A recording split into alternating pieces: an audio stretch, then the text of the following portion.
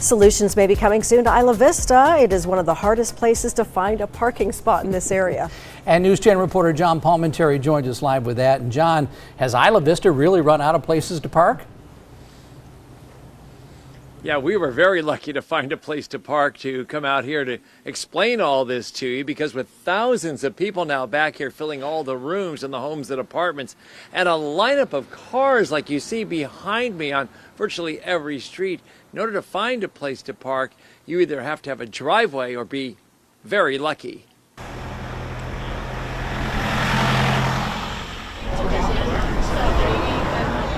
In what's been a densely populated community for years, there's a search for solutions to parking and overall mobility issues.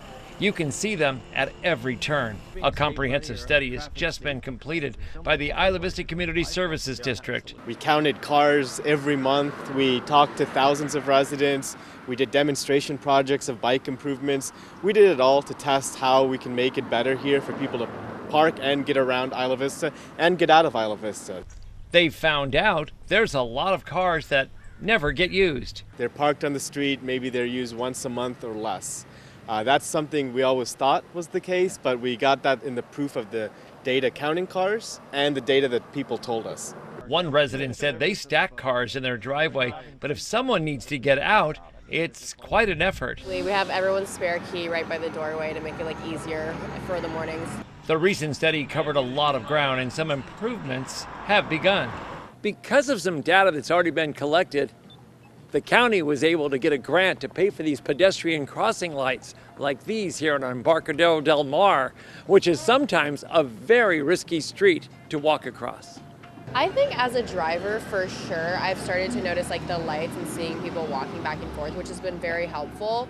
Enforcement is not as consistent as it could be, and that will be part of the immediate recommendations. Focusing on health and safety violations, blocking crosswalks, blocking fire hydrants, blocking red curbs. These are things that keep us safe. Most streets have at least 100% congestion of parking, which means that there's more illegal parking happening.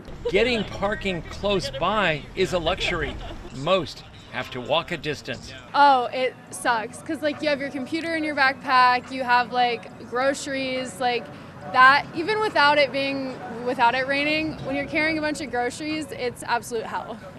A draft plan on the parking and mobility solutions is out, and they're looking for feedback until November the 1st. We've already had thousands of people engaged to feed in to these reports, but now that they're draft final, we want people to read them and give us feedback on what might be missing, what might need to be added, what doesn't look like a good idea.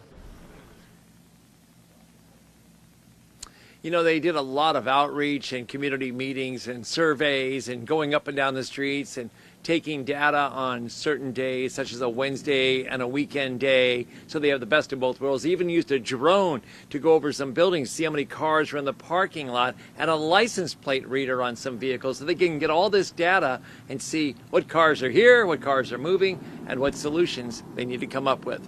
Reporting live in Isla Vista this evening, I'm News Channel reporter John Palmentary. All right, thank you for the update. Thank you, John. I'm glad you got lucky and got that parking spot to bring us this story. All right, I want to switch gears now and check